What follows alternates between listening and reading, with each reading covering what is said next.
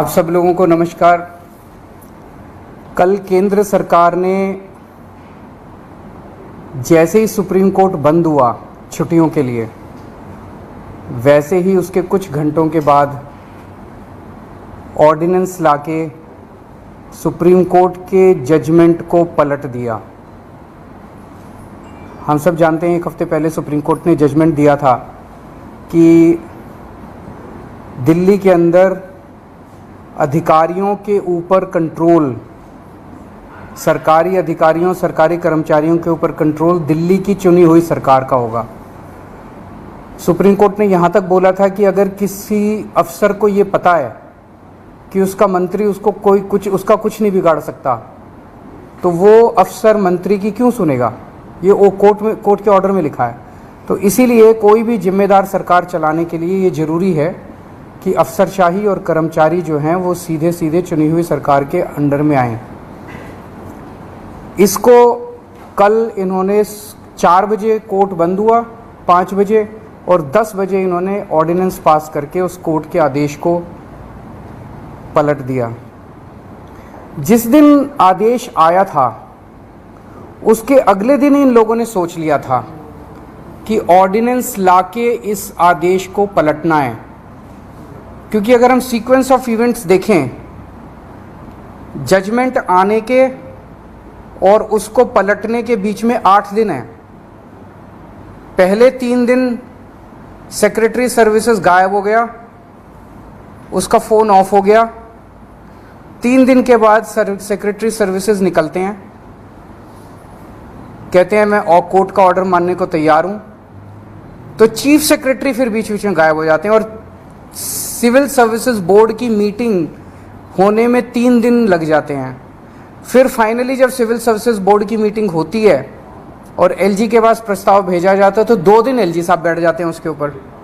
8 दिन इन लोगों ने इस तरह से बिता दिए। ये सारे के सारे कोर्ट के बंद होने का इंतजार कर रहे थे कि कब कोर्ट बंद होगा, कब कोर्ट की छुट्टियां होगी और कब हम अध्यादेश लाएंगे। तो प्रश्न ये उठता है कि ये कोर्ट के बंद होने का इंतजार क्यों कर रहे थे कि जब कोर्ट बंद होगा तब हम अध्यादेश लाएंगे। पहले ले आते, जब कोर्ट की छुट्टियां नहीं चल रही थी, जब कोर्ट खुला था, जिस दिन अध्यादेश आया 3 दिन बाद, 4 दिन बाद, 5 दिन बाद ले आते। क्योंकि ये अंदर दिल के अंदर जानते हैं कि ये अध्यादेश पूरी तरह से गैर कानूनी, गैर संवैधानिक और जनतंत्र के खिलाफ है। इन्हें पूरी तरह से पता था कि अगर सुप्रीम कोर्ट के खुले होते हुए अगर ये अध्यादेश ले आते और हम अगर अगले दिन इसको सुप्रीम कोर्ट में चुनौती देते तो सुप्रीम कोर्ट में ये 5 मिनट भी ये अध्यादेश टिकने वाला नहीं था।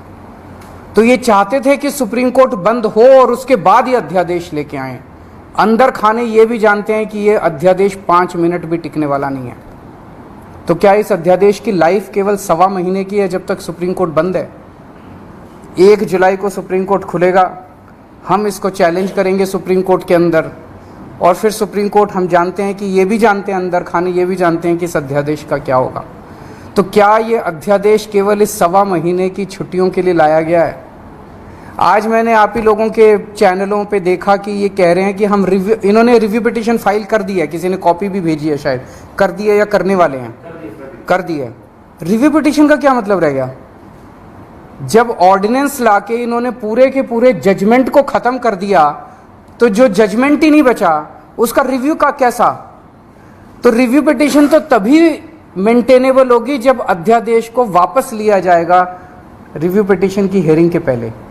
तो ये क्या ये इंडिकेशन है कि जैसे ही सुप्रीम कोर्ट खुलेगा इस अध्यादेश को वापस ले लिया जाएगा? नहीं तो रिव्यू पिटीशन का मतलब ही नहीं है। जज तो यही कहेंगे कि भाई तुमने तो सारा हमारा जजमेंट खत्म कर दिया, तो रिव्यू पिटीशन किस बात की है? रिव्यू पिटीशन तो कुछ है ही नहीं। तो ऐसा लगता है कि ये केवल एक भद्दा मजाक किया गया है जनतंत्र के खिलाफ, देश के लोगों के साथ, दिल्ली के 2 करोड़ लोगों के साथ। एक तरह से सुप्रीम कोर्ट ने जजमेंट दिया, क्लियर जजमेंट दिया कि दिल्ली की चुनी हुई सरकार को पूरा अधिकार है दिल्ली चलाने का, 3 सब्जेक्ट्स छोड़ के, police, law and order and land, बाकी सारे सब्जेक्ट्स हमारे पास हैं। उस जजमेंट को 1 हफ्ते के अंदर ये अध्यादेश लाके अगर ये टर्न डाउन कर देते हैं तो ये आम आदमी पार्टी तो बहुत छोटी सी पार्टी है, हम तो बहुत छोटे लोग हैं। ये तो सीधे सीधे केंद्र सरकार सुप्रीम कोर्ट को चुनौती दे रही है, सुप्रीम कोर्ट को चैलेंज कर रही है कि तुम जो मर्जी ऑर्डर कर लो, तुम्हारे सारे ऑर्डर हम 2 मिनट के अंदर ऑर्डिनेंस लाके बिल लाके सब खत्म कर देंगे। ये चैलेंज इन्होंने ये सुप्रीम कोर्ट की मैजेस्टी को चैलेंज किया जा रहा है, उनकी पावर को चैलेंज किया जा रहा है कि तुम जो मर्जी ऑर्डर कर दो, हम तुम्हारे सारे ऑर्डर खत्म कर देंगे। सुप्रीम कोर्ट की इंसल्ट की जा रही है। This is a direct contempt of supreme court. आम आदमी पार्टी को 3 बार प्रचंड बहुमत, 4 बार, 3 बार असेंबली के अंदर मिला और 1 बार एमसीडी के अंदर प्रचंड बहुमत मिला आम आदमी पार्टी को। दिल्ली के लोगों ने बार बार चीख चीख के कहा है कि हमें आम आदमी पार्टी की सरकार चाहिए, हमें आम आदमी पार्टी की सरकार चाहिए, हमें आम आदमी पार्टी पसंद है। और बार बार इन लोगों ने आम आदमी पार्टी को की सरकार को काम करने से रोका है। तो ये तो एक तरह से खुली चुनौती है कि तुम जिसको भी, हमारी पार्टी के अलावा जिसको भी चुनोगे, हम उसको काम नहीं करने देंगे। ये क्या बात हो गई? ऐसे देश कैसे चलेगा? पहले ये 2015 में नोटिफिकेशन लेके आए, उस नोटिफिकेशन के बाद ये 2021 में एक कानून लेके आए, जिस कानून से और हमारी पावर्स छीनी गई। पिछले साल झूठे केसेस में फंसा के हम अच्छे स्कूल बना रहे थे, हमारे एजुकेशन मिनिस्टर को जेल में डाल दिया ताकि स्कूल ना बन सके। हम अच्छे मोहल्ला क्लिनिक अस्पताल बना रहे थे, हमारे उसको हेल्थ मिनिस्टर को जेल में डाल दिया ताकि स्कूल अस्पताल ना बन सके। और अब ये कानून लेके आ गए। ये बेसिकली तो काम करने से रोकना चाहते हैं आम आदमी पार्टी की सरकार को, क्योंकि जैसा काम आम आदमी पार्टी की सरकार कर रही है वैसा काम करने की इनकी ना तो नीयत है और ना इनकी कैपेसिटी है वैसा काम करने की। पर मैं दिल्ली के लोगों को भी और देश के लोगों को भी कहना चाहता हूं कि स्पीड स्लो जरूर होगी कामों की। आज जो इन्होंने अध्यादेश पारित किया, उन्होंने और भी कई सारे सेक्शंस डाले हैं, अभी भी हम स्टडी कर रहे हैं। तो स्पीड जरूर स्लो होगी, लेकिन सारे काम होंगे, काम को मैं रुकने नहीं दूंगा। ये अध्यादेश दिल्ली के 2 करोड़ लोगों को बीजेपी ने एक तरह से तमाचा मारा है। बीजेपी का कहना है तुम जिस भी सरकार को चुनोगे, चुन के देख लो, हम काम नहीं करने देंगे, हम काम रोकेंगे, हम तुम्हारी सरकार को काम नहीं करने देंगे। ये तो दिल्ली के लोगों को का अधिकार है अपनी सरकार चुनने का। भाई संविधान देता है अधिकार कि आप जिस मर्जी को वोट देके चुनो। वो कह रहे हैं कि जिसको भी चुनोगे हम तुमको काम नहीं करने देंगे। आम आदमी पार्टी छोटी पार्टी है, हम बहुत छोटे लोग हैं। देश बड़ा है, देश इंपॉर्टेंट है। कल हम नहीं होंगे, कोई और होगा, लेकिन देश रहेगा। इस तरह से सरेआम जनतंत्र को कुचलना, सुप्रीम कोर्ट को वो दिखाना, ये सही नहीं है। हम इसके खिलाफ सुप्रीम कोर्ट में या वो डालेंगे, इस ऑर्डिनेंस के खिलाफ सुप्रीम कोर्ट जाएंगे। और जब से ये ऑर्डिनेंस आया, केवल दिल्ली नहीं देश भर से मेरे पास फ़ोन आ रहे हैं, यहाँ तक कि बीजेपी के कट्टर समर्थक भी कह रहे हैं कि ये तो मोदी जी ने ठीक नहीं किया, ये तो प्रधानमंत्री जी ने ठीक नहीं किया। भाई 2015 में तुम नोटिफिकेशन लेके आए, उसी टाइम ले आते ऑर्डिनेंस, कोई कुछ नहीं कहता। 8 साल के संघर्ष के बाद दिल्ली के लोगों ने संघर्ष किया, आम आदमी पार्टी की सरकार ने संघर्ष किया। संघर्ष करने के बाद सुप्रीम कोर्ट ने जब इतना साफ साफ फैसला दे दिया, उस फैसले को तुम पलट देते हो और तुम कहते हो हम सुप्रीम कोर्ट को नहीं मानते। इसके तो ये तो पूरा देश देख रहा है और पूरा देश कह रहा है ये तो बहुत गलत काम किया इन लोगों ने। तो दिल्ली के लोगों के बीच में जाऊंगा मैं अब, और बहुत जल्दी दिल्ली के अंदर महारैली की जाएगी। और मुझे जिस तरह से रिएक्शन आ रहे हैं जनता के, मेरे को लगता है कि इस बार दिल्ली के अंदर भारतीय जनता पार्टी को जनता 7 में से 1 भी सीट नहीं देने वाली। जनता बहुत नाराज़ है इनके हथकंडों से, इनकी तानाशाही से और इनकी गुंडागर्दी से। मैं आज इस मंच के ज़रिए सभी अपोजिशन पार्टीज़ को अपील करना चाहता हूँ कि राज्यसभा के अंदर जब ये बिल आएगा, ऑर्डिनेंस जब बिल के रूप में पेश किया जाएगा, इसे किसी भी हालत के अंदर राज्यसभा में पारित नहीं करवाना। मैं खुद एक पार्टी के नेताओं से जाके मिलूंगा, उनसे समर्थन मांगूंगा कि इस बिल को अपोज करना है, ये जनतंत्र के खिलाफ है। किसी भी हालत में हमें इस बिल को पास नहीं होने देना राज्यसभा के अंदर। अगर आप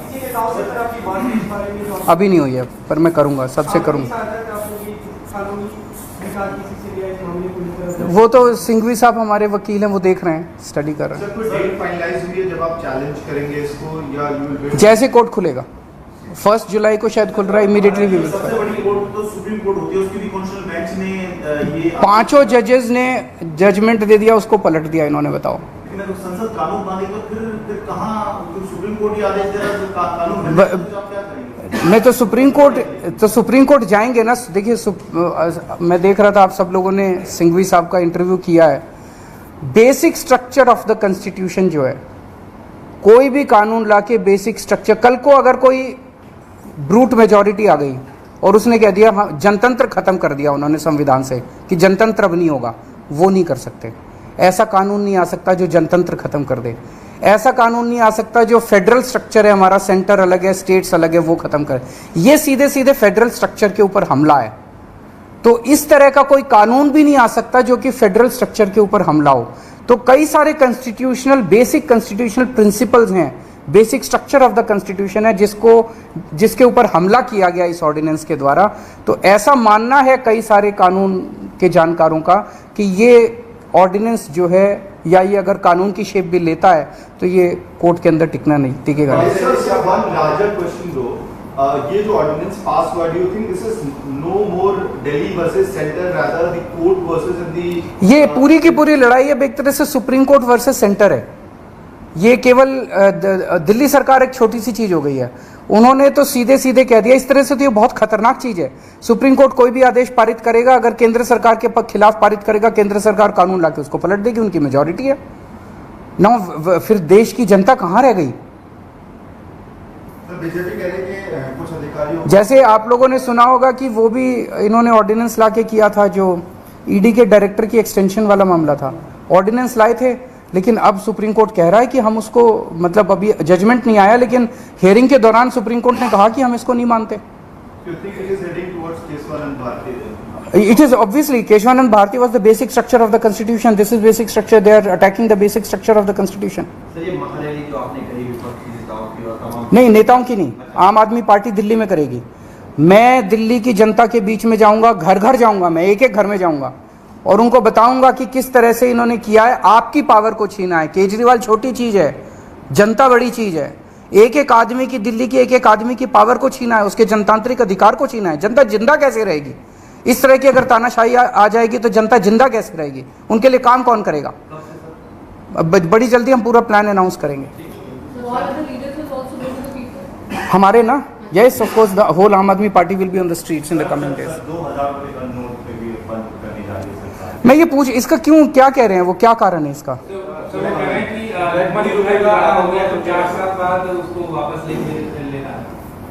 मैं तो बार बार कह रहा था कि सरकार को पढ़ा लिखा होना चाहिए, क्योंकि कभी कहते हैं कि भ्रष्टाचार खत्म करने के लिए 2000 रुपये का नोट लेके आए, कभी कहते हैं कि भ्रष्टाचार खत्म करने के लिए 2000 रुपये का नोट हटा दिया। तो मतलब कुछ समझ नहीं आ रहा कि सरकार कर क्या। पूरा देश को लाइनों में लगाए रखते हैं, पूरा दिन लाइनों में लगाए रखते हैं, हर 3-4 साल में लाइनों में लगा देते हैं। ये अच्छी चीज़ नहीं है, ये अनप्रोडक्टिव काम है। जनता को अपने परिवार पालने के लिए और अपना काम करने के लिए उसमें लगना चाहिए, ना कि बैंकों के अंदर जनता लाइनों में लगी है नोट बदलवाने के लिए। तो आप समझ ही रहे हैं उसके कारण क्या है। शुक्रिया।